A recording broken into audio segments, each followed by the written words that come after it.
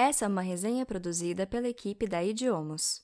A Idiomos é uma plataforma onde você pode praticar inglês através de resumos de livros de desenvolvimento pessoal, empreendedorismo e finanças. As resenhas são disponibilizadas no formato de áudio e texto, em inglês, com a tradução, tudo de forma sincronizada. Elas duram em média 15 minutos. O nosso objetivo é que você estude inglês enquanto lê os principais ensinamentos das grandes obras de não-ficção. Para conhecer nossa plataforma, acesse idiomos.com ou procure por Idiomos em sua loja de aplicativos. Fique agora com a resenha do livro O Poder do Hábito em português. O Poder do Hábito. Resumo inicial. Escrito por Charles Duhigg, jornalista vencedor do Prêmio Pulitzer, considerado o Oscar do jornalismo, O Poder do Hábito esclarece a importância dos padrões de comportamento para indivíduos, organizações e sociedades. Você conhecerá excelentes técnicas práticas para identificar e conscientemente intervir sobre os elementos que realmente controlam nosso comportamento e, consequentemente, os nossos resultados. O poder do hábito é a capacidade de automatizar sua força de vontade, transformando um recurso dolorosamente escasso em um manancial infinito de realizações. Temos certeza de que, se você colocar os ensinamentos de nosso autor em prática, as mudanças que experimentará serão profundamente positivas em seu dia a dia. Boa leitura! Como os hábitos funcionam? Duhigg inicia a presente obra citando casos famosos de pacientes com lesões cerebrais e experiências realizadas no MIT, Instituto de Tecnologia de Massachusetts, na sigla inglesa, que revelaram a importância de regiões específicas do cérebro para a formação de hábitos. Essas pesquisas mapearam os padrões de mudança cerebral à medida que novos hábitos são formados. Entre as principais descobertas, destaca-se a descoberta de que eles são moldados como uma forma evolutiva de poupar esforços.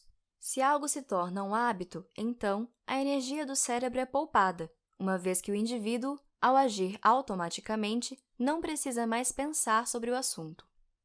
De fato, os hábitos conformam um ciclo fechado ou padrão em loop, passando pelas seguintes etapas. Deixa. Um sinal para desencadear o hábito. Rotina. Uma ação específica ou conjunto de ações. Recompensa. O resultado desejado. Ao compreender os hábitos dessa maneira, podemos começar a entender os componentes que devem estar ordenados para que seja possível sua formação. A ausência de uma das etapas do loop impedirá que o hábito se forme. Todavia, embora seja fácil descrever esse fenômeno cerebral, pode ser difícil identificar corretamente cada componente. Como criar novos hábitos? O autor expõe diversos exemplos de propagandas e experiências para desenvolver um argumento, segundo o qual o loop apresentado acima não é condição suficiente para formar novos hábitos.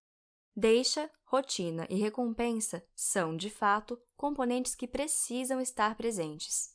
No entanto, um novo hábito só é formado quando há combustível para alimentar o desejo por recompensa. Para sustentar essa tese, Duhigg oferece aos leitores o exemplo da campanha publicitária de Pepsodent, uma famosa marca de pasta de dentes. Os publicitários utilizaram um texto atraente como deixa, apresentaram o ato de escovar os dentes como rotina e o fato de sentir-se bonito após a escovação como recompensa. Todas as marcas da época empregavam abordagens semelhantes. O que diferenciou a Pepsodent foi a ideia de adicionar certos produtos químicos na composição do produto para criar uma leve sensação de formigamento após a escovação. Nenhuma concorrente havia feito algo assim. Eu quero me sentir bonito já não era mais o suficiente. Para criar um hábito, era necessário engendrar, também, uma sensação física. Por que a transformação acontece? Ao comentar as regras para a mudança, nosso autor se baseia fortemente na carreira do treinador de futebol americano Tony Dungy. O treinador mudou a sorte de várias equipes da NFL, Liga Norte-Americana de Futebol Americano, na sigla inglesa, empregando a regra de ouro para a mudança de hábitos. A regra de ouro consiste no reconhecimento de que os hábitos ruins são muito difíceis de erradicar. Em vez disso, é preciso alterá-los, reprogramá-los, substituí-los por uma nova rotina.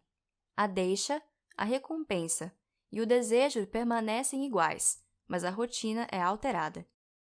O autor cita os mundialmente conhecidos 12 Passos dos Alcoólicos Anônimos como um dos mais duradouros programas de mudanças de hábito. Para sua formatação, foram encetadas inúmeras avaliações empíricas, com críticas específicas aos aspectos espirituais presentes no programa. Ao longo do tempo, muitas pessoas se beneficiaram dessa estratégia e sugerem que os 12 passos imitam o que agora sabemos sobre como o cérebro forma hábitos. Do ponto de vista espiritual, Duhigg propõe que a chave do sucesso não está na fé em Deus, mas no ato de crer em algo que importa. Se essa crença é forte o bastante, eventualmente se converte na crença de que a mudança, em si mesma, é possível. O autor relata os resultados de uma pesquisa longitudinal, na qual os dependentes em recuperação descobriram que, sem algum tipo de crença, a mudança de hábito ainda era possível, porém mais propensa a recaídas. Portanto, reunir as pessoas e incentivar a credulidade é vital para a criação de mudanças de hábitos bem-sucedidas. Quais hábitos importam mais? Para responder a essa pergunta, o autor apresenta o estudo do caso da Alcoa, gigantesca empresa norte-americana de alumínio. A organização nomeou um certo Paul O'Neill como seu CEO. Contradizendo o senso comum, O'Neill definiu a segurança dos trabalhadores como a nova prioridade da companhia. Stakeholders e acionistas se mostraram relutantes no início e demonstraram rejeição à nova política. Porém, em apenas um ano, os níveis de receita, lucro e produtividade dispararam. Você não pode pedir que as pessoas mudem, pois não é assim que o cérebro funciona, dizia O'Neill. Eu sabia que a Alcoa tinha que se transformar, então decidi começar focando em apenas uma coisa. Se pudéssemos eliminar pelo menos um hábito, isso se espalharia por toda a empresa. Dito e feito. O sucesso não depende de obter todas as coisas funcionando perfeitamente, mas, em vez disso, depende de escolhermos uma ou duas prioridades, trabalhar nelas e as utilizar como poderosas alavancas ou pequenos sucessos, que, por sua vez, estabelecem o cenário ideal para que novos pequenos sucessos aconteçam. Quando a força de vontade se torna automática. O hábito do sucesso, na abordagem da Starbucks, empresa multinacional proprietária da maior rede de cafeterias do mundo, consiste em treinar a força de vontade. Aparentemente, muitos estudos identificaram que a força de vontade, o autocontrole e a autodisciplina são os hábitos mais importantes para o sucesso individual. Pesquisas científicas voltadas à compreensão da força de vontade em jovens e crianças encontraram uma clara relação entre os hábitos citados e o sucesso escolar e acadêmico. Os cientistas chegaram à conclusão de que a autodisciplina tem um efeito maior do que o QI, quociente de inteligência, para o bom desempenho escolar. Portanto, é fundamental tornar a força de vontade um hábito em nossas vidas. Ao saberem disso, os gestores da Starbucks passaram a treinar a autodisciplina de seus funcionários, para oferecer uma melhor qualidade no serviço e no atendimento aos seus clientes. Felizmente, a força de vontade pode e deve ser aprendida. Como os líderes criam hábitos? O Rhode Island Hospital contava com muitos hábitos ruins. Isso se tornou evidente a partir da realização de uma série de cirurgias e outros procedimentos incorretos, além de erros presentes no ambiente de trabalho. Nosso autor utiliza esse exemplo para destacar que não há organizações sem hábitos. A diferença está apenas no fato de que, em umas, os hábitos foram deliberadamente projetados, e em outras, foram criados espontaneamente e sem previsão. Todavia, no calor de uma crise, os líderes podem eliminar os hábitos indesejáveis e substituí-los por práticas virtuosas. Um estudo econômico seminal realizado por Nelson e Winter, renomados professores da Universidade de Yale, descobriu que, a despeito da aparente racionalidade organizacional de muitas organizações, a maioria é guiada por hábitos orgânicos de longa data, formados por milhares de interações e decisões independentes de seus funcionários. Para esses autores, os hábitos são, na prática, As tristes escolhas silenciosas que atenuam a rivalidade de uma constante luta por poder e sucesso, que ocorre no interior das empresas. O prolongamento indefinido desse cenário pode acarretar danos irreversíveis. O líder deve, então, aproveitar esses momentos de crise para criar novas rotinas de trabalho, gerando tréguas capazes de permitir que o trabalho seja feito. Obviamente, essas rotinas dependerão das características gerais de cada equipe de trabalho e das especificidades de cada empresa. Somos responsáveis pelos nossos hábitos? 2 estudos de caso formam a resposta do nosso autor a esse importante questionamento. O primeiro diz respeito aos problemas crescentes em torno de alguém que se tornou jogador compulsivo. O segundo é constituído por meio da observação do caso de um homem que assassinou sua esposa durante uma noite em que foi acometido de terror noturno. O hábito do homem viciado em jogos de azar cresceu lentamente ao longo dos anos. Inicialmente, ele tinha a sensação de que o vício era perfeitamente gerenciável. Porém, quando suas dívidas de jogo atingiram um valor considerável, o padrão em loop se fechou forte e verdadeiramente em torno de si. Os cassinos, notadamente, utilizam uma série de técnicas e diferentes estratégias para prender os jogadores. Nos Estados Unidos, por exemplo, o setor é mais lucrativo que nunca, à medida que, atualmente, sabem como explorar os hábitos.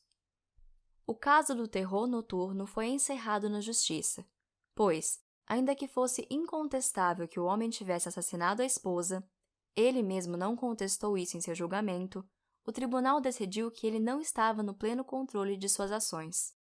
O autor compara ambos os casos e observa as semelhanças em termos de automação do cérebro. No entanto, uma distinção fundamental entre os dois é feita. O jogador poderia ter previsto o resultado de seu hábito. Quanto ao segundo caso, o homem de fato não poderia ter evitado o trágico incidente, uma vez que, embora sempre tenha sofrido desse mal, nada o levava a crer que o distúrbio o levaria a colocar em perigo sua vida ou a daqueles que o cercam. Duhigg conclui essa interessante obra sugerindo que nossas vidas estão cheias de hábitos que sabemos que existem. E, ao compreendermos que eles podem mudar, alcançamos a liberdade e a responsabilidade de mudá-los. Resumo final. Mudar hábitos não é tão fácil quanto ler sobre eles. Todavia, é forçoso reconhecermos que não existe fórmula mágica. Como tudo mais na vida, para atingir esse objetivo são necessárias boas doses de empenho e dedicação. Lembre-se que as pessoas são diferentes umas das outras, portanto, seus hábitos também o são. Sendo assim, você deve identificar a sua rotina, experimentar diferentes formas de recompensa, isolar a sua deixa e, sobretudo, ter um plano voltado às suas características pessoais. Essa foi uma resenha produzida pela equipe da Idiomos.